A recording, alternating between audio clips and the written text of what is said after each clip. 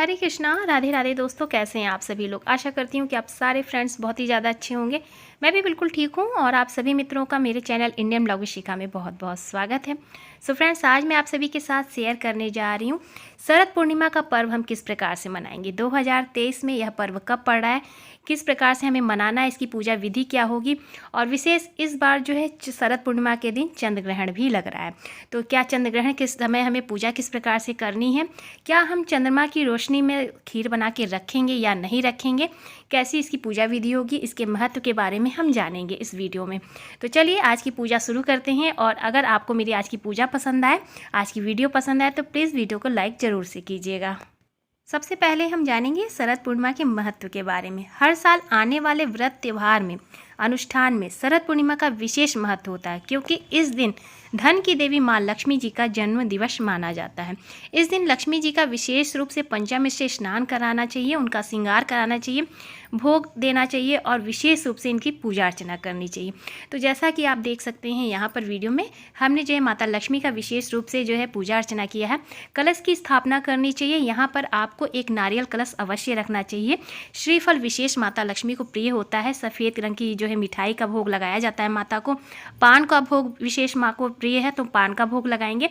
खीर बना के माता को भोग लगाएंगे। चावल की खीर, विशेष ध्यान रखें कि माता के लिए चावल की खीर बनाए, इसमें मखाने का उपयोग जरूर से करें। तो इस तरह से खीर आपको बनानी है। माता का विशेष श्रृंगार करना है और साथ में गणेश जी की पूजा करनी है। सर्वप्रथम गणेश जी की पूजा करेंगे, माता लक्ष्मी जी की पूजा करेंगे। विशेष आज के दिन श्री कुबेर जी की भी पूजा की जाती है, माँ सरस्वती की पूजा की जाती है, श्री नारायण जी की भी पूजा की जाती है। आज के दिन सत्यनारायण भगवान की कथा भी कहा जाता है।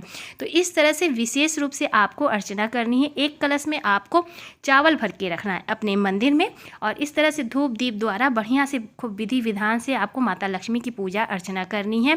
साथ में श्री विष्णु जी की पूजा करनी है और आपको इस तरह से बढ़िया पुष्प की थाली सजा लेनी है। और इसके पश्चात हमें चंद्रदेव का भी पूजन करना है। तो मैं आप लोगों के साथ चंद्रदेव की भी पूजा का विधान बताऊंगी। तो इस तरह से आपको देखिए खीर बना के जो है माता के पास भोग लगाना है, अपने मंदिर में भोग लगाना है और बाद में जो है आप जो है चंद्रदेव की रोशनी में, यानी कि चंद्रमा की रोशनी में इस खीर को रख सकते हैं। लेकिन इस बार चंद्र ग्रहण लग रहा है तो हमें जो है ये सारी पूजाएं जो है दिन में ही करनी है। तो चंद्रमा की रोशनी में इस बार खीर नहीं रखा जाएगा। आपको केवल खीर इस बार अपने मंदिर में भोग लगाना है। इस दिन विशेष राधे कृष्ण जी का सुंदर सा श्रृंगार करें। यदि आपने युगल सरकार विराजमान रखा है तो आपको युगल सरकार की विशेष जो है सेवा देनी है, यानी कि उन्हें श्वेत रंग के जो है पोशाक धारण करानी है, श्वेत मिठाई लगानी है, खीर का भोग लगाना है प्रभु को। ठाकुर जी को पंचामृत से स्नान कराना है। बाल गोपाल यदि आपने विराजमान करके रखा है मंदिर में तो बाल गोपाल को भी सुंदर व्हाइट कलर की, यानी कि सफ़ेद रंग की पोशाक धारण करानी है।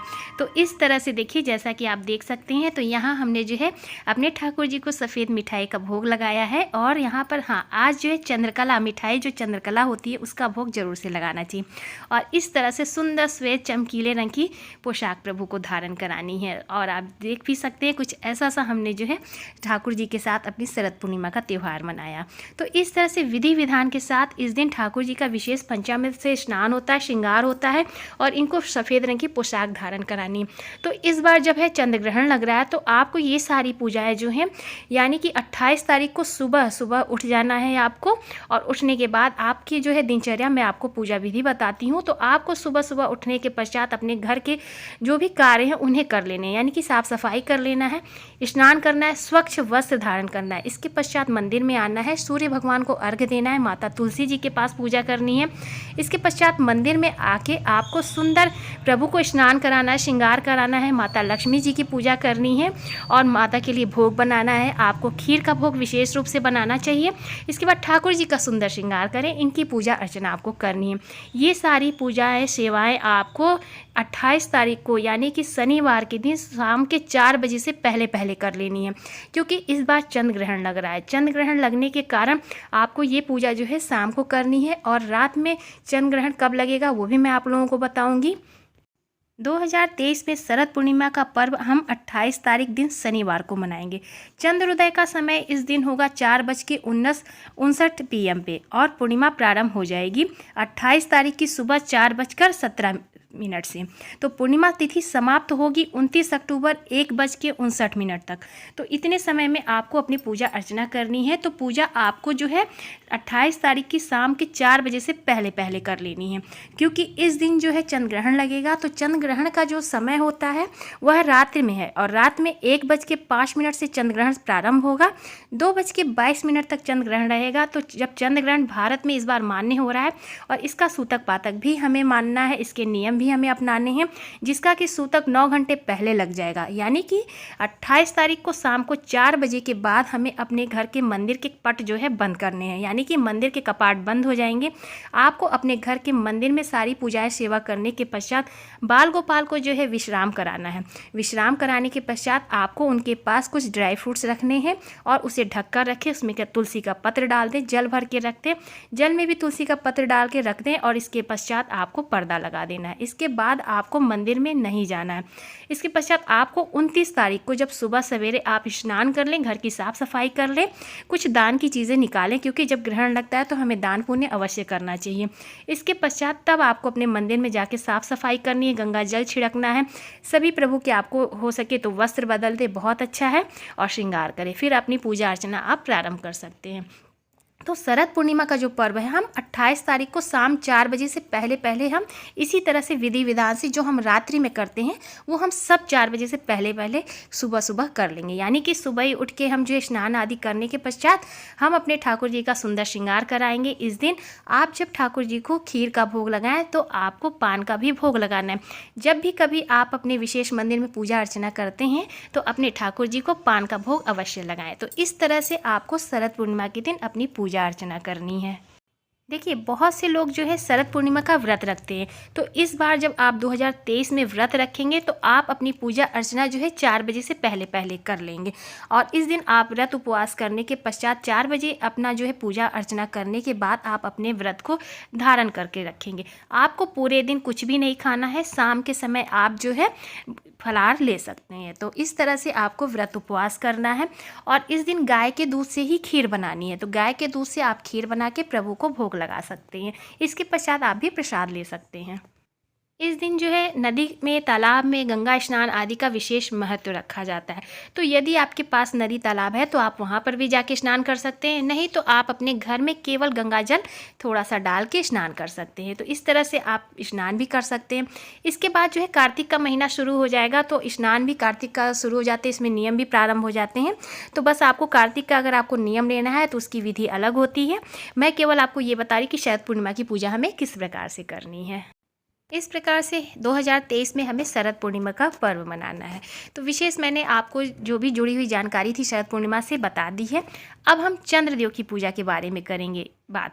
तो देखिए, चंद्रदेव की पूजा इस बार जो है 2023 में हम नहीं कर सकते हैं, क्योंकि इस दिन ग्रहण लगेगा, और जिस प्रकार सूर्य ग्रहण लगता है और सूर्य ग्रहण में सूर्य भगवान को कष्ट होता है, उसी प्रकार से चंद्र ग्रहण होता है, चंद्र ग्रहण में चंद्र भगवान को कष्ट होता है।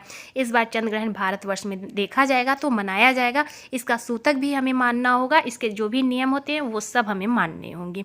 तो इसलिए जो है हमें अपनी पूजा अर्चना शाम के 4 बजे से पहले पहले कर लेनी है। तो इस तरह से आप अपने मंदिर में जो भी पूजाएं आपको करनी है वो 4 बजे तक आपको काफ़ी लंबा समय मिल जाएगा, तो आप विधि विधान से कर सकते हैं।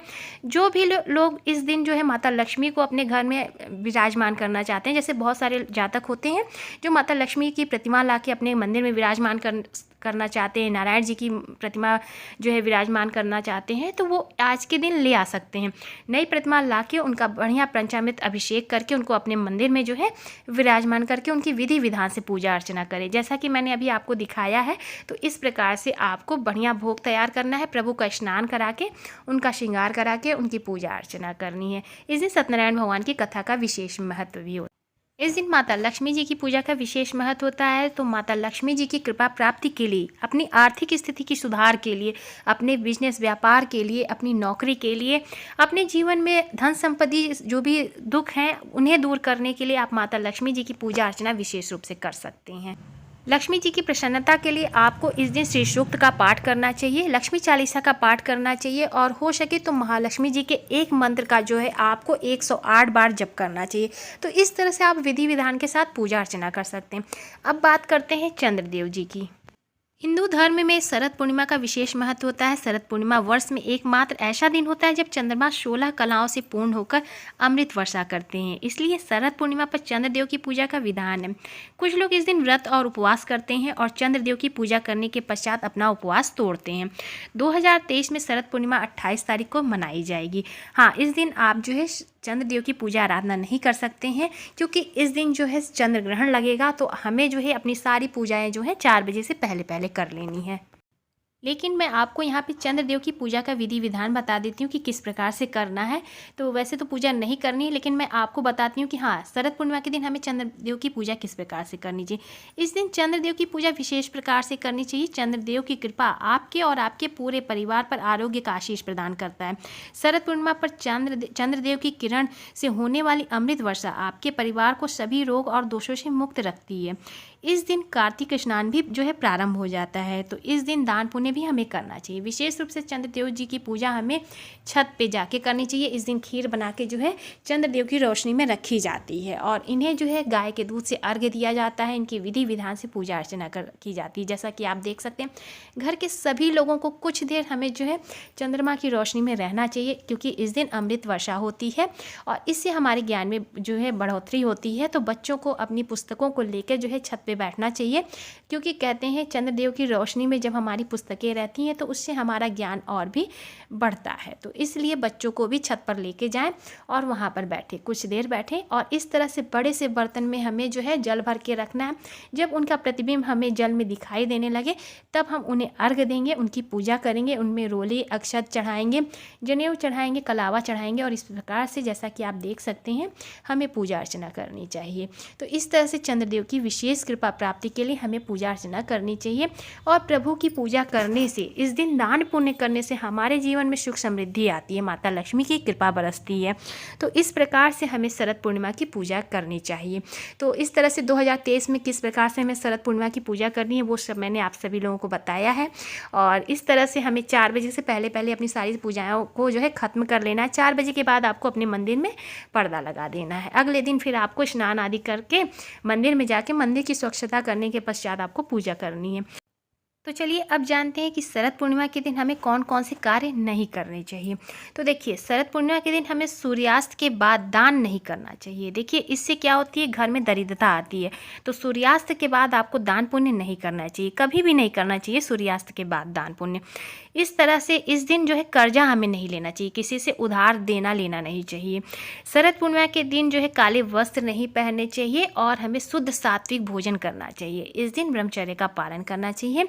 रात्रि जागरण करके आप भजन कीर्तन भी कर सकते हैं, क्योंकि इस दिन ग्रहण लगने वाला है। तो आप अपने घर में जो है इस तरह से भजन कीर्तन करके जो है रह सकते हैं। हाँ, बिना धूप दीप जलाए आपको मंत्रों का जाप करना है। जो भी आपकी पूजा होती है, यदि बहुत सारे जातक जो होते हैं रात्रि में पूजा करते हैं, उनका रात्रि का विधान होता है, नियम उन्होंने ले रखा होता है, तो वो पूजा अपनी कर सकते हैं।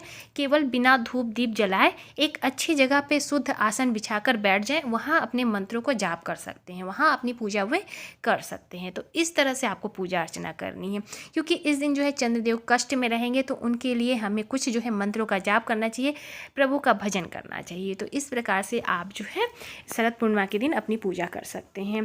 तो इस तरह से बहुत सारी चीज़ें होती हैं। गलत कार्य हमें नहीं करने चाहिए, किसी से लड़ाई झगड़ा नहीं करना चाहिए, नशा जो है नहीं करना चाहिए, क्योंकि बहुत सारे लोग नशा भी करते हैं, तो उन्हें जो है नशा नहीं करना चाहिए, किसी से झगड़ा नहीं करना चाहिए, किसी के खिलाफ हमें अपने मन में द्वेष नहीं रखना चाहिए। बस इसी तरह से हमें जो है ये सारे नियम अपना के शरद पूर्णिमा की पूजा करनी चाहिए। तो बस प्रभु को धूप दीप दिखाएंगे, कपूर के साथ उनकी आरती करेंगे। तो उम्मीद करती हूँ कि आप सभी लोगों को मेरी आज की ये वीडियो पसंद आई है। तो प्लीज़ वीडियो को लाइक कीजिएगा, ज़्यादा से ज़्यादा शेयर कीजिएगा, और चैनल पे मेरे पहली बार आए हैं तो मेरे चैनल को भी सब्सक्राइब कीजिएगा, इंस्टाग्राम पे फॉलो करिएगा। मैं मिलूँगी आप सभी को नए से अच्छे से वीडियो के साथ। तब तक के लिए हरे कृष्णा, राधे राधे, जय श्री राधे।